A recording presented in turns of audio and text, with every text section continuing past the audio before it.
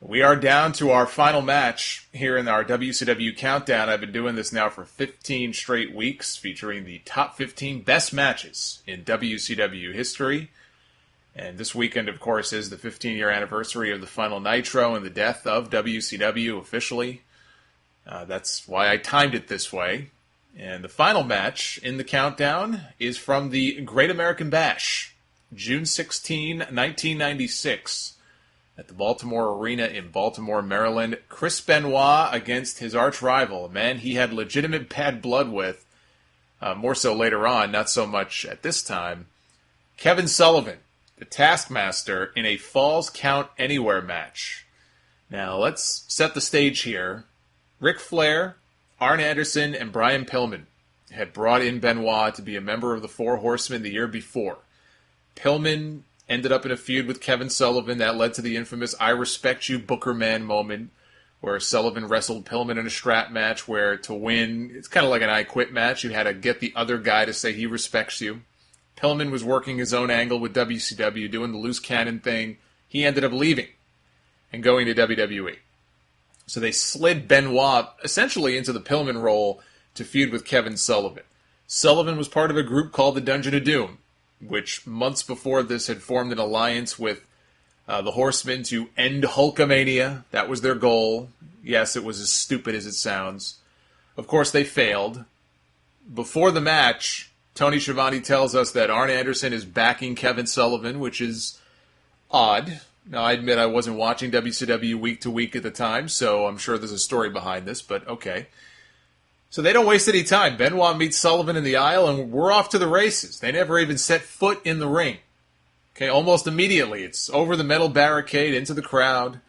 One takeaway I had from this match is how absolutely atrocious Kevin Sullivan's selling was. Benoit would chop him, he'd punch him, he would just stand there. He wouldn't really react to it. He would just he would stand there and just wait for the next blow, and he would take it, he would wait for the next blow, and then he would fire back. It was comical. So they brawl all the way up to the concourse, and 3 minutes into this match, they're in the men's bathroom. And Sullivan sticks Benoit's head between the bathroom stall and the door. He slams the door on his head a few times. Dusty Rhodes, whose performance on commentary here is the stuff of legend, he informs us that the Taskmaster is in his element in the bathroom, if you will. I do a poor Dusty Rhodes impression. So the fans have crowded into the bathroom now. Security is having a bitch of a time trying to hold all these people back. Sullivan goes to shove Benoit's face into one of the urinals, or the commode, as Tony Schiavone called it. But Benoit blocks it. Instead, Benoit wedges Sullivan's head in the stall. He slams the door shut. And then came one of the greatest moments in the history of televised wrestling. Dusty Rhodes spots a woman in the men's bathroom, and he absolutely loses his shit. Wow. I tell you, there's a lady in the men's bathroom. Look at that. There is a woman in the men's John right here in Baltimore. Can you believe that? Yes, I can. She just stopped off. They got to get some relief here, baby. I don't even care how the rest of this match goes. It would have made my top 15 just for that clip alone. And he would not let this go for the rest of the match. He made multiple references now to this woman being in the men's bathroom. So Dusty is he's so damn excited that this woman stopped off there. Meanwhile, Benoit and Sullivan find a crawl space that's stocked with trash bags full of toilet paper, which Sullivan uses as a weapon on Benoit. He looked like Santa Claus, delivering toilet paper to shitty people. They finally brawl outside the bathroom, where Sullivan picks up a trash can. He drops it on Benoit. Benoit retaliates with the trash can shot of his own. Dusty will not give up on this woman in the men's room. He wants them to make their way over to the ladies' room to see what that looks like in there. They make their way back into the crowd, and Sullivan throws Benoit down the staircase. And Benoit gets back up. Sullivan kicks him low, to which Tony Schiavone says, "Happy Father's Day" to Benoit, which is very creepy in hindsight. This match did, in fact, take place on Father's Day, so just want to give that quote some context there. They make it back down to ringside. Now, keep in mind, it's a Falls Count Anywhere match, and I don't recall either one of these guys up to this point going for a single fall. This was a grudge match. They didn't want to pin each other. They wanted to beat the shit out of each other. So they're back down by ringside now. Benoit pulls out a table from underneath the ring. He puts it inside. They make their way into the ring for the first time in this match. Benoit sets the table up on the top rope like a platform, the same way Kurt Angle and Shane McMahon did for their finish in their street fight. Benoit gives Sullivan a top rope superplex off the table and finally goes for the pin, and that was enough to score the win. So I think it was one pinfall attempt and one win here in this match. Huge pop, people going nuts. Benoit not finished. He continues to kick Sullivan's ass after the match. Jimmy Hart, who was managing Sullivan at the time, he starts running down the aisle. He's going to go get help, I guess, from the other Dungeon of Doom members. But as he's running down the aisle, he sees Arn Anderson jogging down to ringside. And he's telling Arn, you got to do something, you got to stop this. And Arn gets in the ring and very violently pulls his fellow horseman off of Sullivan, shoves him down. So Benoit's all like, what the fuck are you doing here? You know, we're on the same side. And Arn tells him, hold up a second. He turns to Sullivan and he punts him right in the ribs. Just punts him to a massive reaction. And Benoit joins in. The two of them now are stomping the crap out of Kevin Sullivan. The crowd in Baltimore just erupted. When they started kicking the crap out of Sullivan, they went nuts. And the other Dungeon of Doom members run down to the ring. You have Big Bubba and Meng and the Barbarian and some guy that looked like Luther Reigns was out there. So they all come down. The Horsemen bail. This was awesome. And my favorite part of the beatdown may have been the constant ringing of the bell. If you've been a wrestling fan longer than 10 years, you remember that anytime there was chaos at ringside, if there was a big brawl, the timekeeper would just furiously ring the bell over and over and over again, almost like, send help for the love of God. Please send help. And watching this, I didn't realize how much I missed that because they just don't do it anymore. At least in WWE, they don't do it anymore. And I really don't know why, but what I've realized in watching this is that in the last few years, what's happened here, they've replaced the bell ringing with that goddamn shaky cam. Think about it. Anytime there's a beatdown of any kind, or Triple H is out there pounding the hell out of Roman Reigns or Dean Ambrose on the announce table, you don't hear the bell. What you see are all the little pieces of corn and shit that you probably just vomited up from the cameraman bobbing up and down, up and down, up and down, over and over and over again. You know, if they're doing that to convey a sense of chaos, which I assume is the reason they're doing it, it's gonna make it even better, right? It would be a hell of a lot more effective and less nauseating for them to just ring the damn bell. Because if this happened in WWE today, if you took what happened here on this WCW show with these guys and it happened today in 2016 in WWE, Anderson and Benoit would have been stomping Kevin Sullivan, and that camera would have been moving up, down, left, right, and center. But we don't need to worry about that because no one reacts to stuff like this anymore. The crowd reaction you got here, you would not have this on a WWE show today. It would not happen. Now, after this match is where things got real personal between Benoit and Sullivan. Okay, so in real life, Kevin Sullivan was married to Nancy Sullivan, his wife. She played Woman on TV. And she was linked up with the Horsemen. Now, Sullivan was a booker for WCW at the time, so not only was he wrestling, he was booking the show. It was his idea to put Benoit and Nancy together on screen as an item. And they worked a storyline where Benoit had stolen his wife. And as we all know in wrestling, art often imitates life with these things. If you're a wrestler, little PSA for you out there, don't ever bring your wife or your girlfriend into things because chances are she ain't going to be your wife or your girlfriend for much longer if you do. So Sullivan, he booked his own divorce without even knowing it. Benoit and Nancy got close in real life and started having an affair. Sullivan and Nancy got divorced the year after, and Benoit and her got engaged. So now they still work together, Benoit and Sullivan. Sullivan lost a retirement match the year after this to Benoit, so it's not like the two of them couldn't work together. I'm sure it was weird. But obviously there were issues there. Sullivan was named head booker in WCW in 2000. That's one of the main things, if not the main thing, that led to Benoit leaving WCW for WWE.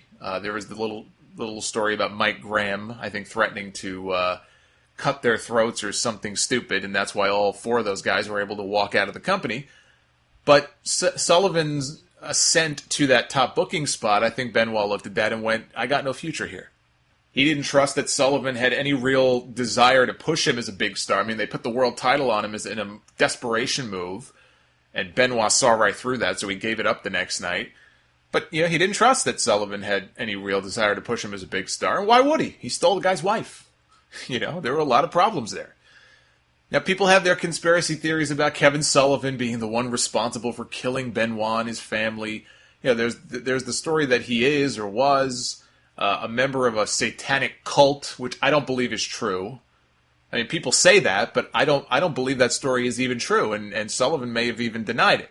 And even if he was, so what? Yeah, he was part of a satanic cult. It was called the Dungeon of Doom, and they were so inept they couldn't even beat Hulk Hogan. So what makes you think that they could pull off something like this? I mean, come on. But the fact that people still believe this nonsense, it's like, I can't even say it surprises me that much. I think people still grasp at straws because they want to believe so badly that Benoit could not possibly be capable of committing such evil acts. So they just reach for whatever theory or possibility that there may be that he didn't do it. So I'm not really surprised that they would concoct the whole theory about Kevin Sullivan. But no, Kevin Sullivan did not murder Chris Benoit or his wife and his child. At worst, he was an idiot for booking a storyline where his wife was fooling around with another guy. I don't know how he could have figured any good would come out of that. But this match was a lot of fun to watch. It's not one of Benoit's technical masterpieces. It's just a wild brawl between two dudes who hate each other. That's really all it is. And I think it's a fine way to conclude this countdown, the final match in our WCW countdown. And just to say a few words about the death of WCW in the final Nitro, I didn't go back and watch the final Nitro. I remember, bits and pieces of it. Now, obviously, I remember the whole Vince Shane thing. I remember the Sting Ric Flair main event and them hugging after the match and how sad that was. And just there being a lot of uncertainty about who was going to have a job and who wasn't going to have a job. It was a lame duck show. It was kind of depressing, I think, thinking back to it. I know there was also a Booker Scott Steiner match on there that was pretty good where Booker won the championship. But it was sad. It was more than anything, it was sad to see WCW get to that point. They were bad for a long time before that. There was a period of at least a year and a half. They were going down the tubes. And it was not a sudden thing. It was not like all of a sudden the company started to get bad and then a month later they were dead. They got sick, and then after a while, they were gone. And the thing I miss most about WCW, somebody asked me that question the other day, who was born, I think, in 2002, they said. So they didn't even live through any of the Monday Night War stuff. They don't really know much about WCW except whatever's on the network. And they asked me, what do I miss most about it? I miss the competition. I was never a big WCW fan. I grew up in the Northeast. I was a WWF guy. I would have these passionate arguments with my best friend who would watch Nitro and try to tell me how much of a better show it was, and I'm like, you're a fool. I'm like, Raw is much better. But I would flip, between commercials or if there was something interesting going on with the Overrun and other, NWO Attack or Sting coming down from the rafters, I would flip. It piqued my interest. I'd go back and forth. This was before DVR and all that kind of stuff. I mean, unless you had multiple VCRs, you could have a couple of different tapes going. You had to pick one over the other. You couldn't just hop on YouTube or hop on a torrent when the show was over and download the fucking thing. There was no YouTube channel that had clips. So it was a struggle on Monday nights at the peak of the Monday Night Wars when both shows had some good stuff to go back and forth. But it was a lot of fun. It was frustrating. And I wanted to kill Eric Bischoff when he would go on TV and give away the Raw spoilers. I felt the same way Vince McMahon did. But that competition, it led to a lot of fun television. The guys that would jump ship back and forth, you never knew who was going to show up on one show in a given week or the other show. And the fact that, looking back, it made WWF work that much harder to be that much better. You can't take the current WWE product and say that if this were transplanted into 1997, and this was the product they were putting out up against Nitro back then, you put this product up against WCW, WCW's winning the war. They're winning the war, they're doing the invasion angle, not the other way around. So they started to get more risque, and they pushed the envelope, and they had to push new stars, and they were lucky that they had guys like Austin and Rock. They were very fortunate they had talent like that at the time.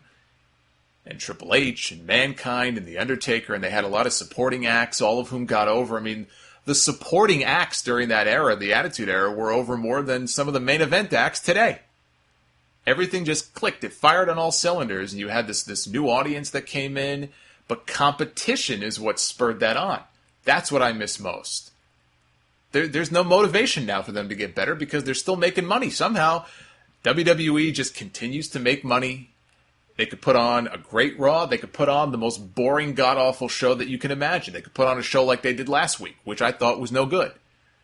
But there's no incentive. There's no motivation for them to overhaul things or, well, this is not working, so let's just change everything, right? There's, and people will still ask me, like, I was checking Twitter before I started recording, and I got a tweet from somebody asking me, do I ever think there could be a viable, legitimate number two, like somebody that gives Vince McMahon a run for his money, like real competition? The answer is no.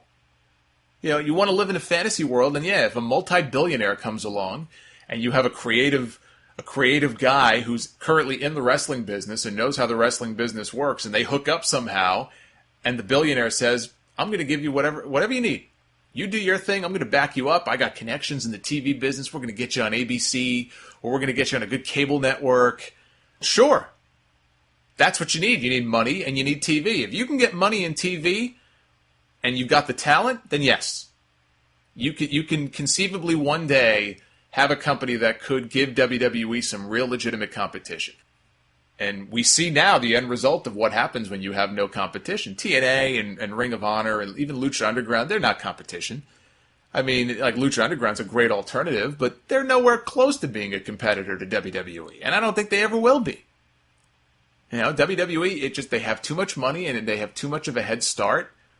And so that's what I miss most. That to me is the biggest, or one of the biggest, shames about what happened to WCW. The biggest shame, obviously, is that it cost so many people so many jobs. And I don't just mean in 2001. I mean in the last 15 years. There's a lot of people who would have had jobs who did not have jobs. A lot of people who were out of work after that. And because of their ineptitude, because of their own mistakes, they completely just fucked the wrestling business. And you could throw AOL Time Warner, and they all love to, Bischoff and all of them, they all love to throw AOL Time Warner out there. And yes, I'm sure that was part of it. But it's such a bullshit argument, because at the end of the day, I don't care how many people who work for that company hated wrestling and wish they didn't have WCW in their portfolio and would love to plot to get rid of the company. If WCW was turning a profit and making the kind of money, let's say in 99 and 2000 that they were in 98, I think at their peak they turned a profit or made like 60 million or something, or 80 million. If they were making that kind of money, believe me, WCW and all the guys that don't like pro wrestling and thumb their nose at pro wrestling, they would have taken a deep breath and they would have huffed and puffed and they would have dealt with it, because the company was making money. The company was no longer making money. The ratings started to go down. They made a lot of dumb decisions. They were in the red. All it did, their mistakes made it very easy for all of the anti-WCW, anti-pro wrestling forces in that company to say, we're going to cut bait. And ultimately, it was one guy. I mean, it was Jamie Kellner who canceled the TV shows. That's really, at the end of the day, what killed WCW and why, Bischoff wasn't able to get it. But that's why to just blame it all on the merger and stuff, it's a bullshit argument. It's a crutch. If the company was still making money and making new stars and doing as well as they were in 97, 98, I'm not saying they'd still be around today, but they wouldn't have died in 2001. And that's a sin, what happened to that company.